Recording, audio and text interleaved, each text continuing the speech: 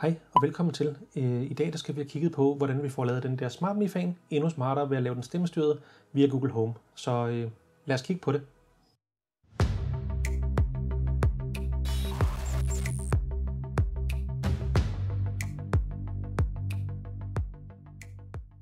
Vi kan jo lige starte med at kigge her på min telefon, hvor jeg her har den rigtige fan, som reelt set kun har muligheden for at tænde og slukke, lidt ligesom hvis man tilføjer den over i Google Home direkte fra TUI-appen.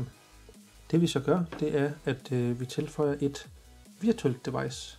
Og hvis jeg går ind på mit virtuelle device her, så kan man så se, at det rent faktisk er en virtuel pære, som jeg så rent faktisk bruger til at styre den med. Men der går vi op i tilføje ny, og så ned og finder virtual devices. Det er et device. Og nu her der kalder vi den bare det new device, og det gør jeg, fordi at jeg jo allerede har et device, som jeg gerne vil fortsætte med at bruge. Og for at jeg nemt kan genkende den, så bruger jeg selvfølgelig det her fan-ikon. Og så siger vi, at det er et light. Og så ud over on-off, så skal vi også lige have dimmable på. Og næste. Og det er sådan set det. Så har vi en man til den, jeg har i forvejen. Så nu vil jeg så lige slette den her igen, for den skal jeg ikke bruge. Det var bare lige for at vise jer præcis, hvad for et device og med hvilke settings jeg bruger. En anden ting, vi lige så godt kan tage med det samme, det er, at hvis vi går over her og under logik, så har jeg tilføjet en variabel, der hedder fanspeed, som er typen tal. Så det er på samme måde her plusset, og så vælge, at det er typen tal, og så kalde den navn og sætte en værdisæt til at starte med. Det er ikke så vigtigt, hvilken værdi den har til at starte med. Det vi så skal have gjort nu, det er, at vi skal have linket den virtuelle og den rigtige fan sammen. Så vi kan lige så godt starte med de helt kedelige ting, som tænd og sluk. Så vi laver et nyt flow.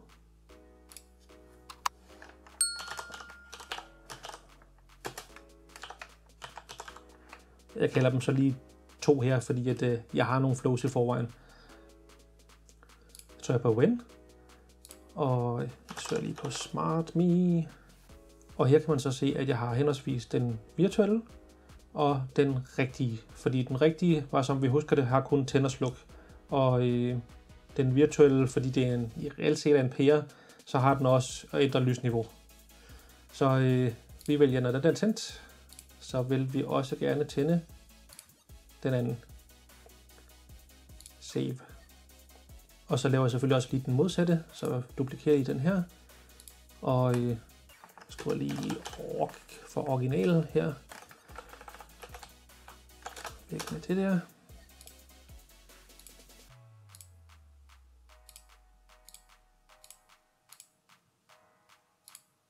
Og save. Sådan der. Så har vi henholdsvis, hvis den rigtige fan bliver tændt, så tænder den også den virtuelle, og omvendt, hvis den virtuelle bliver tændt, så tænder den også den rigtige. Så skal vi bare have lavet det samme for sluk, så det er jo også lige ud af landvejen. SmartMe sluk. Sluk 2. Når den ene bliver slukket, så bliver den anden også slukket. Save. Duplikere.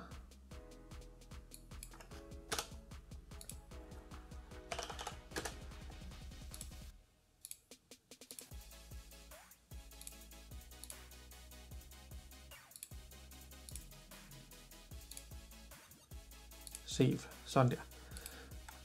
Det var de kedelige. Nu skal vi have den sjove, og det er den, hvor vi linker de to sammen med selve hastigheden. Umiddelbart så kan jeg ikke rigtig se nogen grund til, at vi laver en, hvor hvis den originale ændrer hastighed, så ændrer den virtuelle.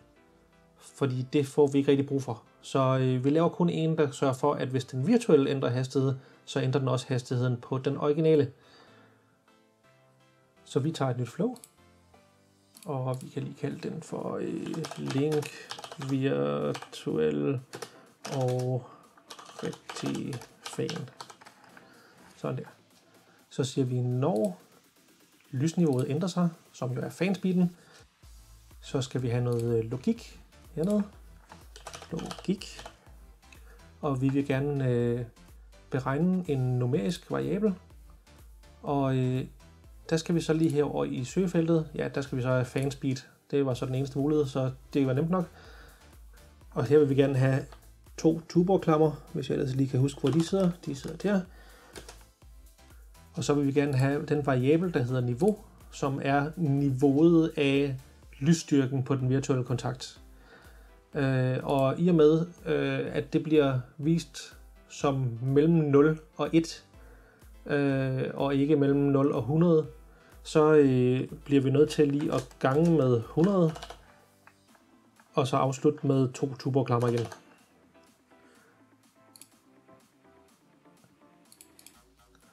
Og grunden til, at vi så ganger med de 100 herover for at få skalaen op til at være mellem 0 og 100, det er fordi, at selve blæseren derovre, den har 100 niveauer. Så det giver meget god mening, at vi også omregner den virtuelle kontakt til at køre i 100 niveauer. Det næste, vi så skal have gjort, det er at sætte speeden på fanen. Og der skal vi lige have den igen her. SmartMe set speed. Og der i stedet for at bruge den her slider til at sætte en specifik hastighed, så kan vi så gå herop og rent faktisk vælge, at det skal være den, der hedder fanspeed. Og umiddelbart, der skulle man jo mene, at det her, det var rigeligt.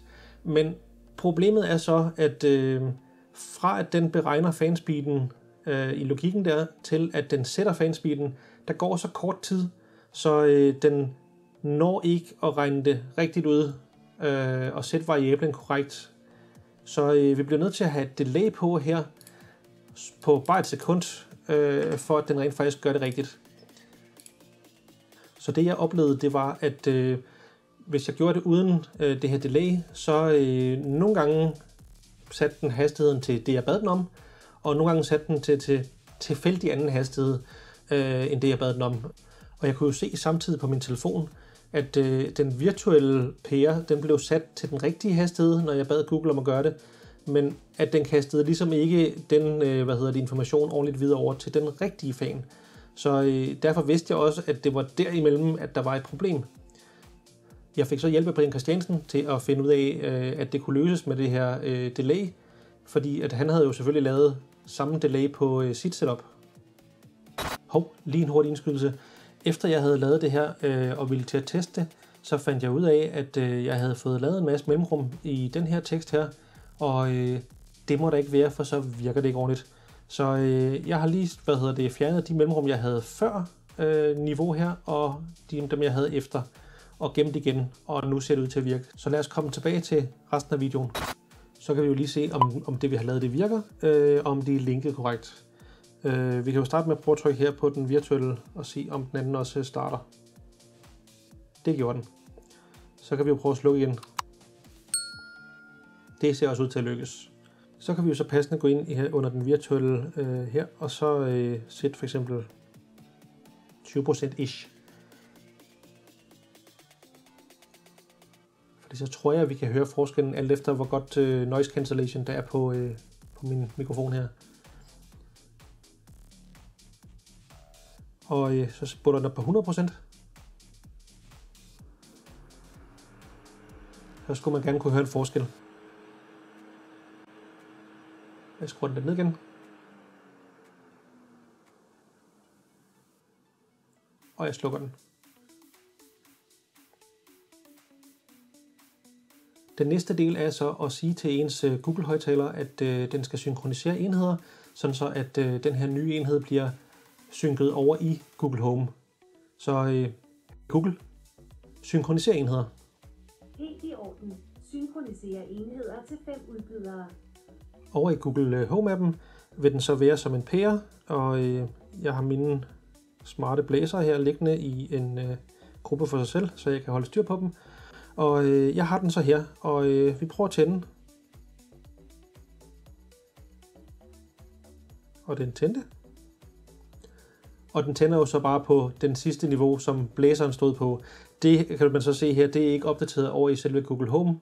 Men det er reelt set også lige meget, for i samme øjeblik, jeg flytter på den her slider,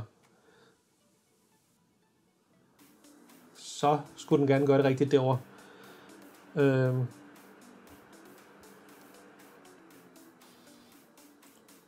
Og det samme, hvis jeg slukker igen. Så derfor så kan vi også prøve det her. Google. Sæt SmartMe til 50%. Helt i orden. Indstiller lysstyrken for SmartMe til 50%. Google. Sæt SmartMe til 100%. Helt i orden. Indstiller lysstyrken for SmartMe til 100%. Google. Sluk SmartMe. Okay, slukker SmartMe. Og så kan man selvfølgelig se, at den opdaterer bare ikke korrekt i Google Home-appen samtidig, men selve stemmekommandoerne virker, som de skal. I og med, at jeg jo stadig vil bruge Homey-appen og Homey, hvis jeg rent faktisk skulle styre det manuelt, så gør det her ikke rigtig noget for mig personligt, så længe jeg har stemmekommandoerne.